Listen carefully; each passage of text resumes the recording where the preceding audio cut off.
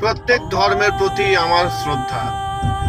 বাবরি মসজিদের জন্য, আল্লাহর ঘর তৈরি করার জন্য যারা ভালোবেসে দলে দলে ইট দিচ্ছেন আবেগে, তাদের উদ্দেশ্যে বার্তা যে ইটে যেন কোনো আদার্স রিলিজনের দেবদেবীদের নাম এবং কোনো চিহ্ন সিম্বল যদি না থাকে। এটা কেন বলছি? ভবিষ্যৎ ভেবে।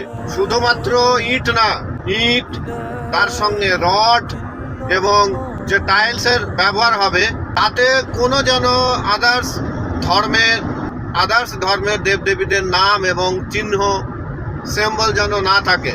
কেননা উত্তরপ্রদেশে বারাণসীতে জ্ঞানবাপী মসজিদ তৈরি করেছিল, সেইটা নিয়ে তো এখন কোর্টে একটা বিচার চলছে। তো ভবিষ্যৎ ভেবে এটা বলা হচ্ছে।